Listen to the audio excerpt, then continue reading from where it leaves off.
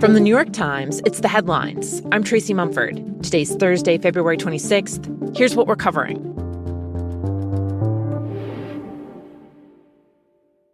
A new review by The Times of documents from the Epstein files shows that the Justice Department left out key materials related to a woman who said Epstein and President Trump sexually assaulted her when she was a minor. An index in the files revealed that the FBI had conducted 4 interviews in connection with her claims and wrote summaries about each one. But only one of those summaries, which describes her accusations against Epstein, was released. The other memos, more than 50 pages of material, are missing. The public files do contain one description of her account about Trump, in which federal officials wrote that she claimed Trump assaulted her in a violent and lurid encounter in the mid-1980s, when she was roughly 14 years old. The files don't include any assessment about the credibility of her accusation. The DOJ had previously said there were unfounded and false claims about Trump in the files, and a White House spokeswoman said this week that the president has been, quote, totally exonerated on anything relating to Epstein. In response to questions from The Times about why the files related to the woman were not released, the Justice Department has given various responses over the past few days. It first said that the only materials it withheld were either duplicates or privileged information. It now says it's reviewing the files and that it will publish any documents it should have made public.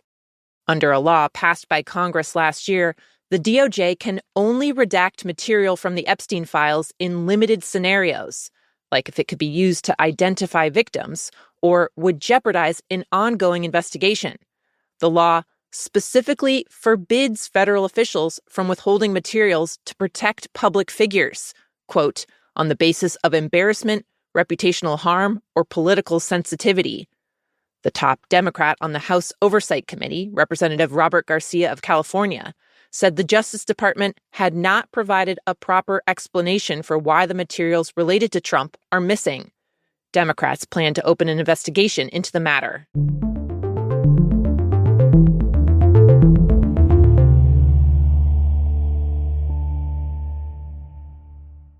Today, the U.S. and Iran will meet for a high-stakes round of nuclear negotiations, and the outcome could determine whether or not President Trump attacks the country. Trump has demanded Iran give up its nuclear ambitions entirely, and he's moved a massive array of firepower to the region to back that up. Iran has refused, but it's now coming to the table with a compromise. Iranian officials tell The Times the country plans to make an offer that would allow Trump to declare victory while still letting Iran maintain some level of nuclear enrichment. The country's leaders insist it's not trying to develop a nuclear weapon, but they want to be able to use nuclear material for medical purposes, like cancer treatment studies. Iran's also trying to sweeten the deal with a pledge to buy American goods, like airplanes, and an invitation for American companies to invest in Iran's oil and gas industries. Their hope is that the U.S. could also lift the economic sanctions that have pushed Iran's economy to near collapse. One expert on U.S. Middle East relations told The Times that today will be the day for both sides to lay all their cards out on the table. And, quote, if Iran doesn't show enough willingness to compromise, and the U.S. doesn't show willingness to provide enough sanctions relief, things are going to explode.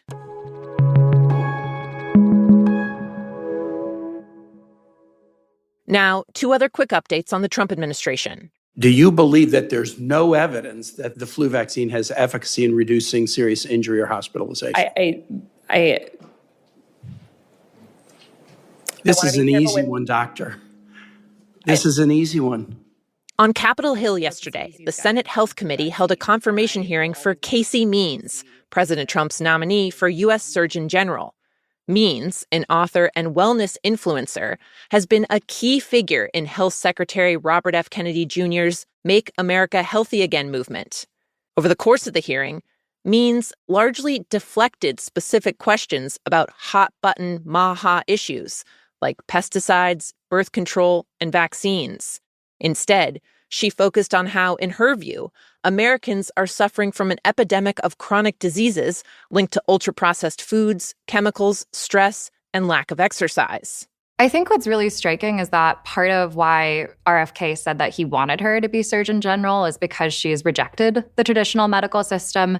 Danny Bloom is a health reporter at the Times.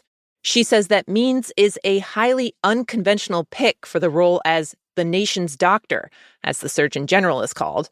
That's in large part because while she graduated from medical school, she doesn't have an active medical license. A lot of her supporters say that that is precisely the kind of person we need in charge, someone who has been inside the medical system and so in theory knows a bit about how to dismantle it. But a lot of critics also think that that level of distrust and that sort of condemnation of the medical system is exactly why she shouldn't have this role. The Republican-controlled Health Committee is expected to greenlight Means' nomination, sending it to the full Senate for a final confirmation vote. Also, the Times has learned that Kash Patel, the director of the FBI, has fired about 10 employees who worked on the investigation into President Trump's handling of classified documents. Back in 2022, the FBI searched Mar-a-Lago as part of an inquiry into whether Trump broke the law by keeping sensitive national security records after his first term ended, and whether he obstructed the government's repeated efforts to get them back. Reuters revealed this week that Patel's own phone records were subpoenaed as part of that investigation. He was a close Trump advisor at the time. Now, in his position as head of the FBI, Patel has carried out a rolling barrage of retribution against people who investigated Trump. In some cases, agents who've been fired and their lawyers say that Patel has violated safeguards that were supposed to protect FBI employees from politically motivated dismissals.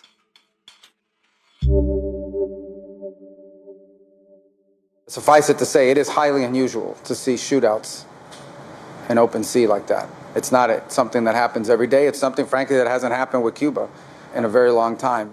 Secretary of State Marco Rubio says the U.S. is trying to gather more information about what Cuba is calling a deadly gunfight just off the coast of the island. The majority of the facts being publicly reported are those provided by the Cubans. We will verify that independently. According to Cuban state media, a speedboat registered in Florida neared Cuba yesterday, and the people on board fired at Cuban border guards. The guards shot back. 4 people on the speedboat were killed and 6 were wounded. Cuban authorities say the people on the boat were armed Cuban nationals living in the U.S. They had bulletproof jackets and Molotov cocktails. The Cuban government claims they were attempting, quote, an infiltration with terrorist ends.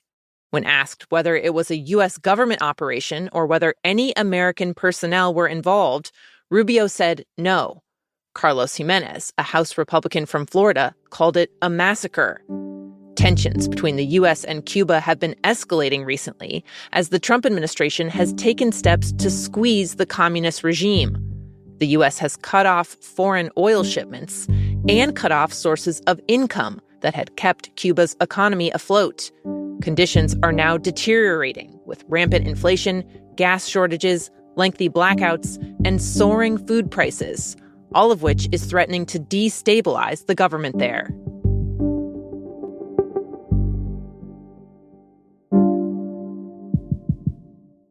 And finally, for a couple years there, the real estate market in the U.S. was solidly a seller's market, almost absurdly so.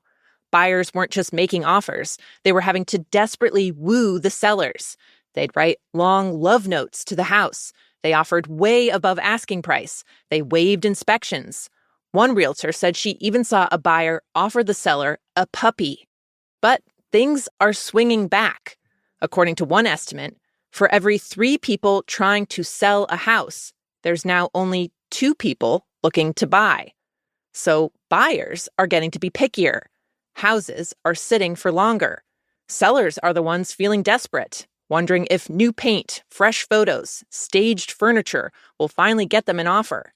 In terms of why it shifted, basically, some sellers who didn't want to move because they had such low interest rates have now finally been forced to put their homes on the market due to big life events. It's what realtors call one of the 4 Ds.